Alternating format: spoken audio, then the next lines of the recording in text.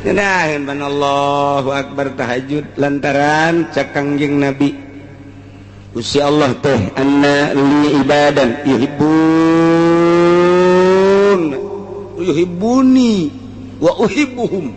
sanyana kaula boga hamba-hamba anu resepen jasa ka kaula nu kula ge resepen jasa ka anjeunna yastakuni wa astaku nyana rindu ka kaula kula ge rindu ka manehanana saha eta kumaha cirina jelema-jelema anu ti peuting hudang ti peuting tadarru ka kaula ti peuting ceuri ka kaula ti peuting zikir ka kaula etalah jelema nu cinta ka kaula kula ge cinta ka anjeunna anu manehana rindu ka kaula nu kula ge rindu ka anjeunna ke lamun terus-terusan kos kitu lantaran saling mika cinta saling mika rindu ku kaula bakal dibere engke maziah-maziah kelebihan-kelebihanan Allahumma shalli ala sayyidina Muhammad wa ala ali sayyidina Muhammad falikul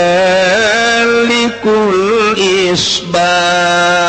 naik wari dalil kana maha penciptana Gusti Allah tadi tina tatangkalan jeung manusia kuari naik kana masalah falak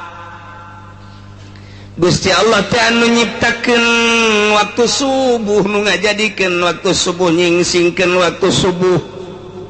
tina peuting poek mongkleng buta rata sakira-kira eueuh lampu eueuh neon eueuh listrik mah beuh teu kadeuleuna naon nu ngajadikeun poek Gusti Allah teh eta teh poek teh lantaran mataharina aya di handap kahalangan sebab ayana sinar matahari teh di mana-mana takobul di mana hareup-hareupan ketika mata poe teu keur hareup-hareupan teu ngabogaan sinar maka terjadilah poek ketika muncul di panon poe di sebelah wetan mulai aya waktu subuh nu ngajadikeun waktu subuh teh saha Gusti Allah tanda waktu subuh teh dijadikeun ku Gusti Allah teh aya dua nomor kahiji adalah aya sinar heula ke sinar tersebut jadi eueuh fajar kadzib ngaranna engke sinar kedua ngaranna fajar shodiq anu nangtukeun kana waktu subuh begitu diteliti aya fajar kadzib aya fajar shodiq aya hiji keanehan diangsongkeun baheula teh ka ahli palak di Amerika bingung di Amerika ge diangsongkeun ahli palak di Yunani heula urang Yunan ge bingung diangsongkeun ka ahli palak kitu Spanyol Uluzbek bingung lantaran pada dasarna panon poe teh di mana-mana geus muncul maka pan teh ditarik deui tapi ieu mah aneh aya sinar disebutna adalah fajar kadzib eta panon poe keur meujeuhna di jero kunaon atuh aya sinar tersebut gebat panjang set tilok nyararaho jelema nu aya di majelis ieu malantaran tilok hudang subuh deuleu atuh hudang heula subuh sok geula jam 4 neuleuh ka arah ditu bakal aya engke ngaranna fajar kadzib eta mah encan jadi waktu subuh tapi aya sinar eta lah nu dipertanyakeun di dunia ka ahli palak di dunia sok geura bingungan kabeh ge eta engke surup can aya eta mah can asup waktu subuh ke geus aya fajar shodiq mangke bakal aya sinar ngebat ka luhur set kemudian nyayan beki berang eta mah henteu surup deui tah eta nu dipermasalahkeun teh ku aya sinar haju eueuh deui sinar naon lamun lain Allah nu nyiptakeun waktu subuh saha deui sebab tina perputaran matahari ge teu kaharti berbagai tafsir nyaritakeun berbagai tokoh-tokoh falak nyaritakeun tentang sinar tersebut sebab ayana sinar teh tina hawa teh nu kasorot ku panon poe dari panon poe nyorot kana hawa timbullah sinar sedangkan eta kan panon poe di jero keneh haju aya surup heula kahalangan kunaon datang ka kuari encan terpecahkeun geus moal aya nu bisa memecahkeun eta mah hiji penciptana Khaliqul Isbah Gusti Allah Subhanahu wa taala. Tah kuari subuh jadi berang Pak nu ngajadikeun berang teh sah. Tanyakeun coba ka orang Amerika, tanyakeun ka orang Eropa, tanyakeun ka orang Amerika Australia. Saha nu nyieun waktu subuh terus beki berang beki berang beki berang beki berang beki berang. Walah ya Gusti Allah. Diciptakeun ku Gusti Allah teh waktu subuh teh eta teh waktu anu luar biasa energina tinggi. Lantaran tina udang subuh malain deui ketika orang subuh teh ningali panon poe sinar anu luar biasa energina hese nyaritakeun kamangpaatan sinar dina waktu subuh. Namun urang kasorot ku panon poe langsung dina waktu isuk-isuk eta panyakit-panyakit bakal raragagan sebab dina sinar ngandung berbagai-bagai kamangpaatan anu hese dicaritakeunana. Mentak ngahajakeun coba ge urang moe awak isuk-isuk tapi isuk-isuk di poe awak kurang teh seger hiji nomor kaduana membangkitkan semangat nu endek digawe kasorot ku panon poe gagah digawena nu endek ka kantor kasorot ku panon poe gagah ka kantorna nu endek ka pabrik kasorot ku panon poe gagah ka pabrikna nu endek ngaji isuk-isuk poe minggu kasorot ku panon poe ngawuduk heula gagah bae gagah sidar isuk-isuk lain lalawara mulai jam 7 jam 8 masih gagah keneh jam 9 jam 10 geus dula deuleu bae lapar sinar lapar geus aya dula deuleu bae sial kiai angel amat ngajina nyumpahan ka kiai tolol sidar jam 11 mah geus lain deui ngantuk setengah 12 geus bawa pohara jasa geus ngantuk boro-boro disadiakeun tempat tidur diuk bae ge bisa nundutan hees lumantak urang ka masjid jam 10 ka masjid jam 11 poe Jumat diuk sila reup hees ulah dihudangkeun bubar Jumat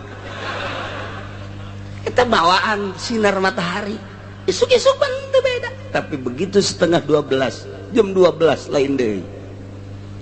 naik deui engke ketika jam 2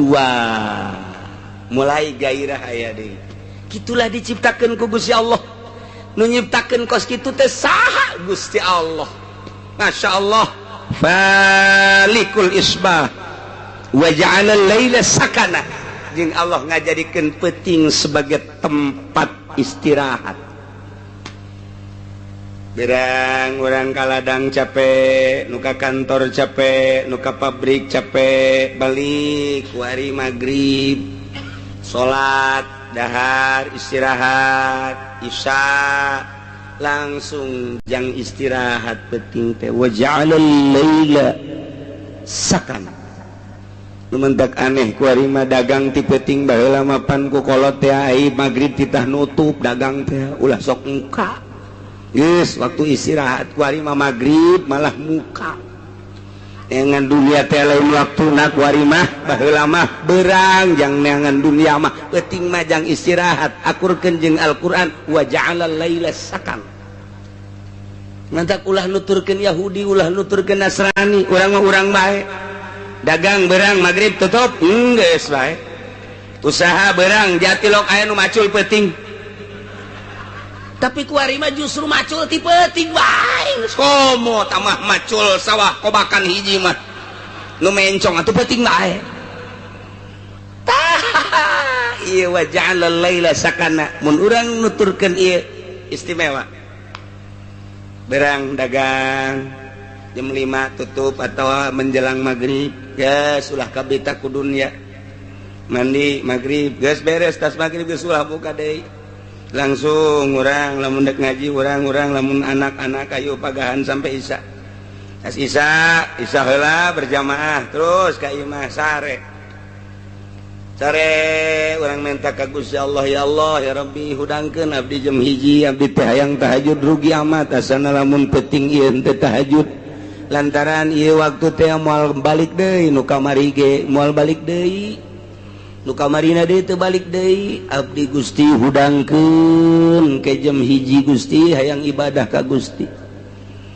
hudang ti peuting urang tenang lantaran sarena berang keneh jam 9 jam 10 Kenahin ban Allahu Akbar tahajud lantaran cak Kangjeng Nabi Gusti Allah teh anna li ibadan yuhibbuni wa uhibbuhum sanyana kaula boga hamba-hamba anu resepen jasa ka kaula nu kula ge resepen jasa ka anjeunna yustakuni wa asakuhu nyana ridwan ka kaula kula ge rindu ka manehanana saha eta kumaha cirina jelema-jelema anu ti peuting hudang ti peuting tadarru ka kaula ti peuting ceuri ka kaula ti peuting zikir ka kaula etalah jelema nu cinta ka kaula kula ge cinta ka anjeunna anu manehana rindu ka kaula nu kula ge rindu ka anjeunna ke lamun terus-terusan kos kitu lantaran saling mika cinta saling mika rindu ku kaula bakal dibere engke maziah-maziah kelebihan-kelebihanana tah Gusti abdi teh hayang ngarasakeun nikmatna ibadah cara Kangjeng Nabi mah kapan tahajud teh fardu abdi hayang ngarasakeun ibadah cara para wali mah tahajud teh unggal peuting abdi hayang ngarasakeun ibadah cara guru-guru abdi ulama-ulama nikmat teman sarena teh tadi diatur iyalah wa ja'alal laila sakana jang istirahat endeu kumaha tahajudna jam hiji masih kena wawalak-wakan jam hiji jam 2 balik ceramah jam 2 iraha tahajudna jadwal panggung kapan hooh teu kumaha deres namanya nama masih keneh ngaji keneh ieu nu di imah ngobrol datang ke jam 2 deuk iraha tahajud deuk iraha tahajud deres mun ngobrolkeun agama aya nonton main bola kan hulu sia eta rugi urang geus ulah make nu kitu-kitu parewan TV ganti nu gede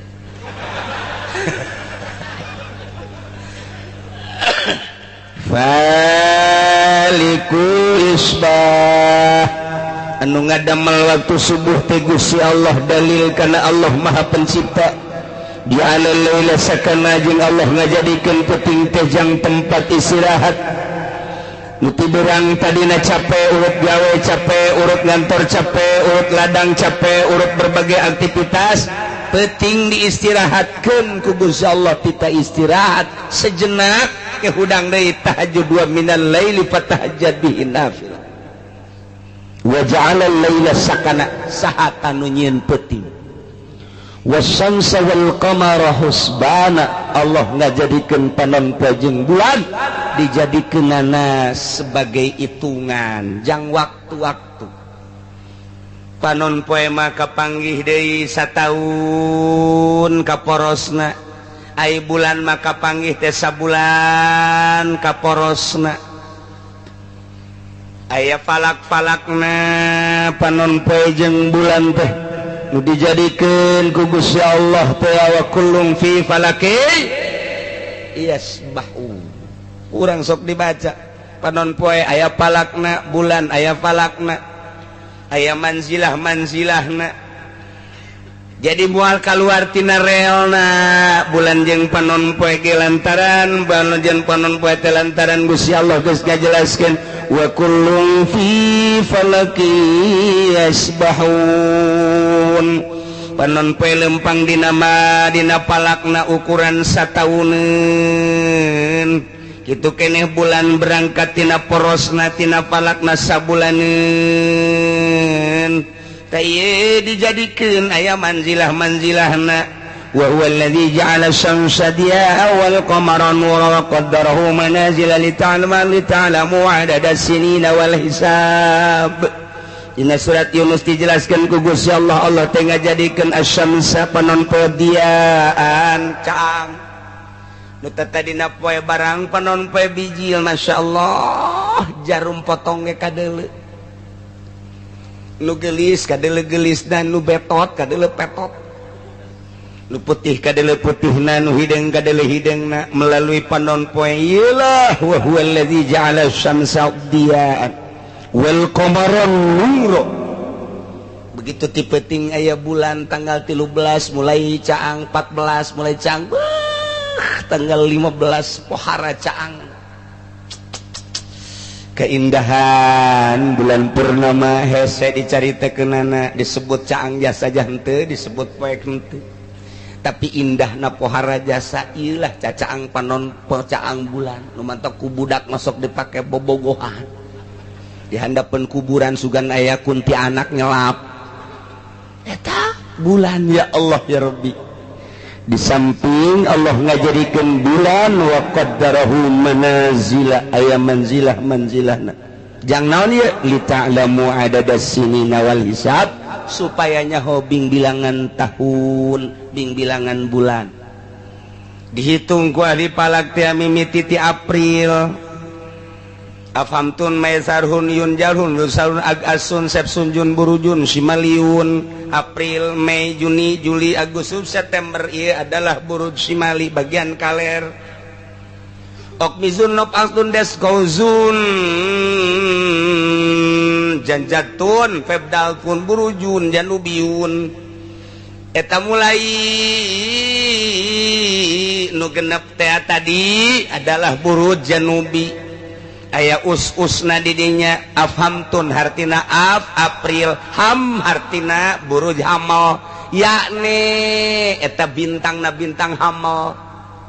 usna 9 jadi berarti urang lamun deuk hitung palak teh deuleu tah dina apakah ieu teh bagian simali apakah bagian janubi artina simali teh keur lempang kaler panon poe teh apa keur lempang kidul lantaran ieu teh aya palak-palakna aya bagian kaler aya bagian kidul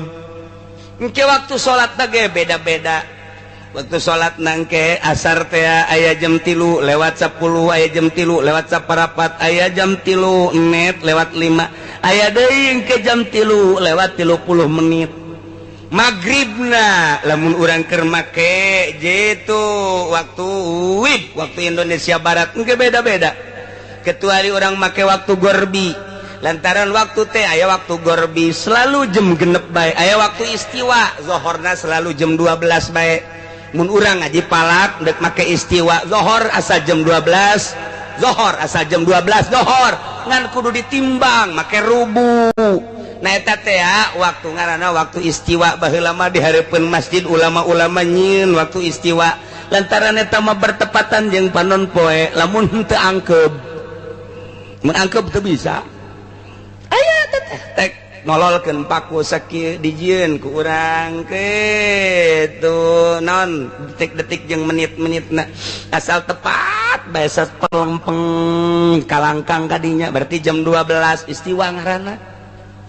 istiwa teh ngaranna tah atawa urang deuk pake waktu gorbi magribna selalu jam genep tah lamun bulan puasa urang nyetel waktu gorbi ngeunaheun jadi geus teu kudu kurang leuwih asal jam genep magrib asal jam genep magrib engke waktu Indonesia Barat mah mungkin jam genep lewat 5 jam genep lewat 10 macem-macem atawa jam genep kurang 2 menit pokona mah urang nyieun waktu jam genep magrib wah nu kolot mah kaburu modal geus teu ungkulan ngaji kos kitu geus teu siap berpikir geus nu kolot mah boro-boro mikiran waktu pikiran beuteung ge datang moal ka magrib cak kena ieu incu eueuh mah nya ge nginum sarua bae tolol idang saha jiptakeun wasyamsa wal qamara husban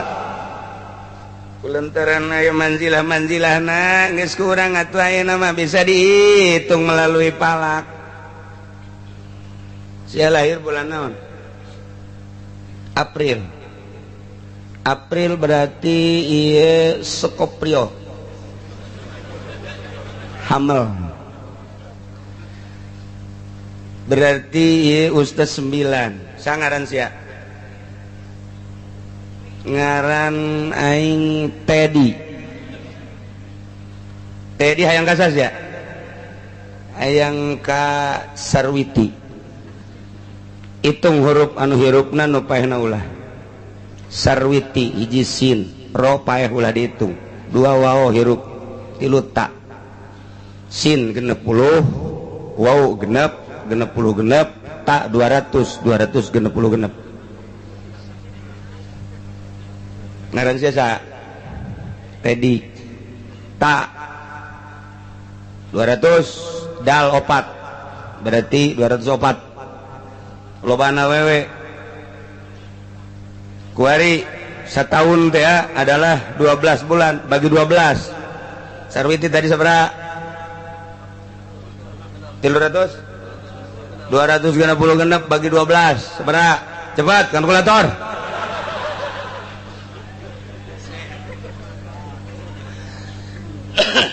masih kene aya kene hiasa bagi deui 12 sesana tina 12 sabaraha engke Tedi bagi deui 12 sesana sabaraha masih kene loba kene bagi 7 teh poe bagi 7 deui sesa tina poe sabaraha ieu jadi dukun ya diadukeun yang ngaranna ieu nah ternyata nyesana teh oh ieu mah lamun ieu opat Sarwiti opat ngitung ti Ahad Minggu Senin Selasa Rebo wirid ku sia tape Rebo sia ujianana geus lah pokona jam sabaraha cenah kiai ngawiridna magrib batur salat siang ngawirid teu kudu salat diutang dihitung diutang pahala karena ge husbana tuh wa ja'ala syamsa wal qamara husbana Allah ngajadikeun padon poe jeung bulan dijadikeun sebagai hitungan yakni Allah subhanahu wa ta'ala ngajadikeun ukuran tina cepetna panon poe kendorna panon poe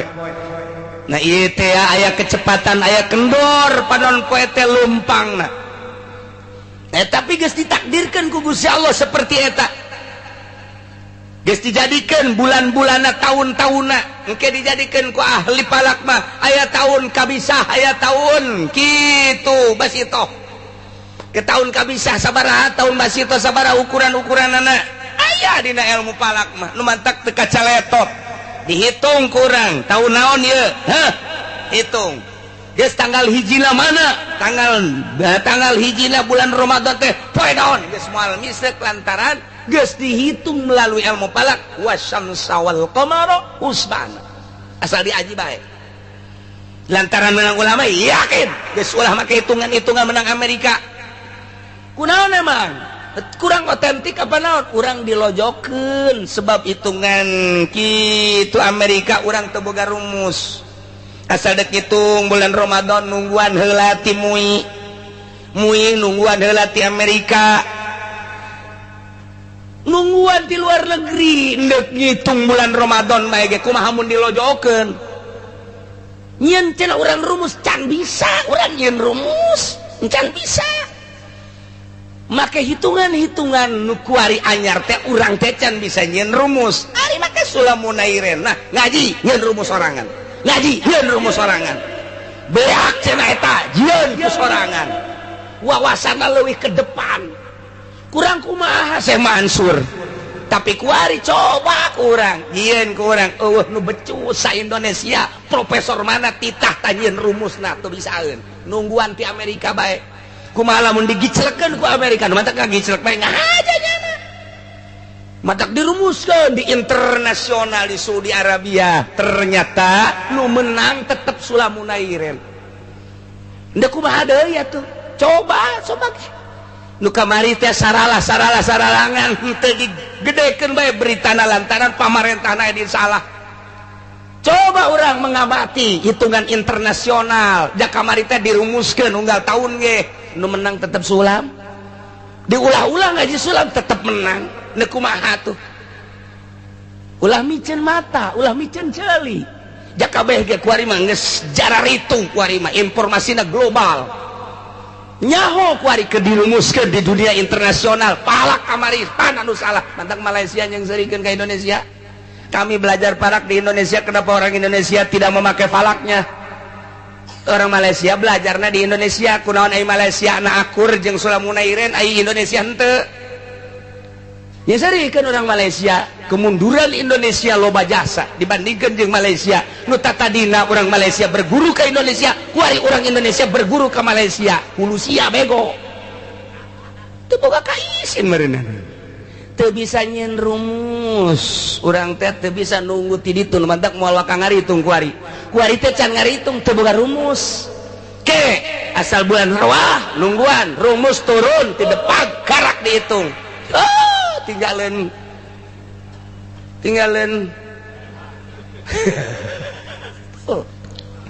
wasyamsa wal qamara husbana tinggal ngaji bae dek ngaji sulamunairen mangga dek ngaji durusul palakiyah di Jawa mangga akur tak bakalna durusul palakiyah mah beda sautak saeutik jeung sulam. Selain ti eta cak guru kula dua guru murid daripada Syekh Mansur bener mah bener ulah dipake dua bae nu dipake mah hiji sulam munairin dua durusul falakiyah ngan kesulitanna durusul falakiyah mah make logaritma. Lamun teu ngaji logaritma tuh moal bisa mata kula mah ngaji heula logaritma jakeul baheulana sakola pan SD kelas 6 ngaji heula log aji mantap kau kesulitan namun orang geus ngaji mah geus yakin menang ulama beres tuh aya abah mah ngos kituna kieu bae teh babarita Januari Februari Maret April Mei Juni Juli balik deh Agustus September geus nyaro sarua atawa make kitu Japar Sodik mah 5 tambah 5 bisa eta teu pake anggaran puasa ulah jang naon atuh eta jang hajatan tah maksudna babari bae abah mah ulah mun yang hajatan los pakai tetep sulam durusul falakiyah. Jadi dihitung wasyamsa wal qamara husbana. Panon poe jeung bulan dijadikan sebagai hitungan untuk hitungan Arafah, untuk hitungan lebaran, untuk hitungan puasa, untuk hitungan bulan. Urang bisa nganyahokeun bulan ieu sabaraha harina yang kepentingan nu mantak Kangjeng Nabi ge ditanya yasalunaka itu anil ahillah. Kangjeng Nabi ditanya Gusti ari eta si tanggal kumaha eta maksud kumaha mimiti leutik kaju gede haju ke ngaletikan yasalunaka anil ahillah. Sahabat naranya Kanjeng Muhammad tentang bulan-bulan sabit mimiti ayat gede gede tanggal 15 ketika ngalemes letik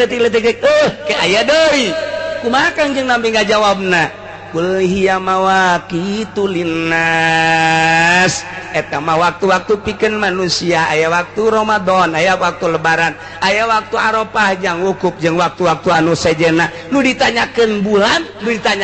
ditanyakeun tentang bulan sabit dijawabna ku Kangjeng Nabi hikmahna di jero bulan aya waktu-waktu kul hiya mawaqitu linnas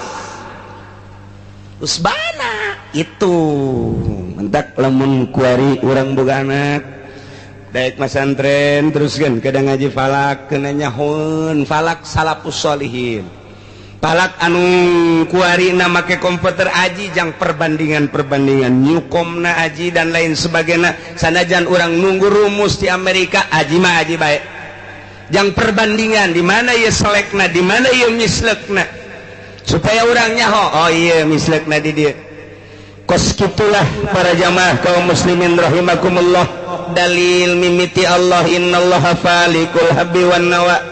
yukhrijul hayya minal mayyiti wa mukhrijul mayyiti minal hayy eta teh kabeh nu nyiptakeun zalikumullah dipertanyakeun fana atuh fakun kunaon atuh mararengko teh daek percaya kana yen bahwa Gusti Allah teh Maha Pencipta nomor kadua nafalikul yusbah Gusti Allah teh anu ngajadikeun waktu subuh dijadikan berhikmah anu luar biasa waktu subuh teh ke urusanana hikmah na pohara jasa jeung wa ja'ala laila sakana nu ngajadikeun peuting jeung tempat istirahat cicing teh Gusti Allah. Bahkan Gusti Allah teh ngajadikeun panon poe jeung bulan dijadikeun sebagai husban, perhitungan jangan nyahokeun bulan, jangan nyahokeun tahun. Di tahun kitu Isa Al-Masih datang ka kuari geus 2000 sabaraha? 2013.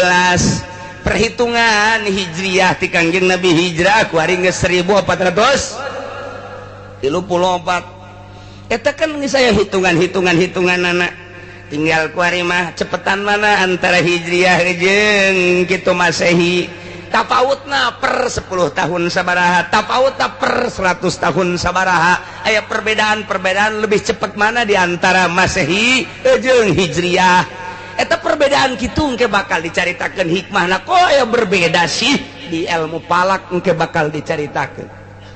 Perbedaan harina antara Masehi jeung kitu hijriyah. Lantaran di hijriyah mah eueuh 30 hiji tanggalna, di Masehi mah aya tanggal 30 hiji.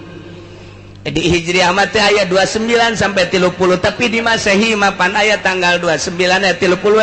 hiji. Berarti ke pertahunan leuwih lobaan Masehi batan hijriyah. Per tahun bae kurang geus kanyahoan sabaraha hari lantaran di hijriyah mah tanggal 30 hiji.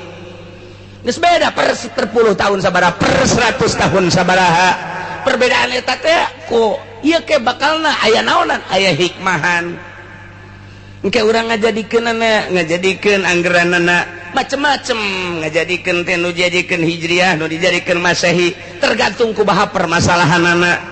Ieu wasyamsa wal qamara husban. Zalika taqdirul azizil alim. Eta kabeh nu dicaritakeun teh kepastian Gusti Allah anu Maha Gagah tur Maha Uninga. Nyahoun Gusti Allah mah gagah, Gusti Allah mah di pasrahan malaikat titah narik bulan, pasrahan malaikat ieu titah narik panon poe, di pasrahan manusia ku malaikat-malaikat ieu, malaikat raqib di dieu, malaikat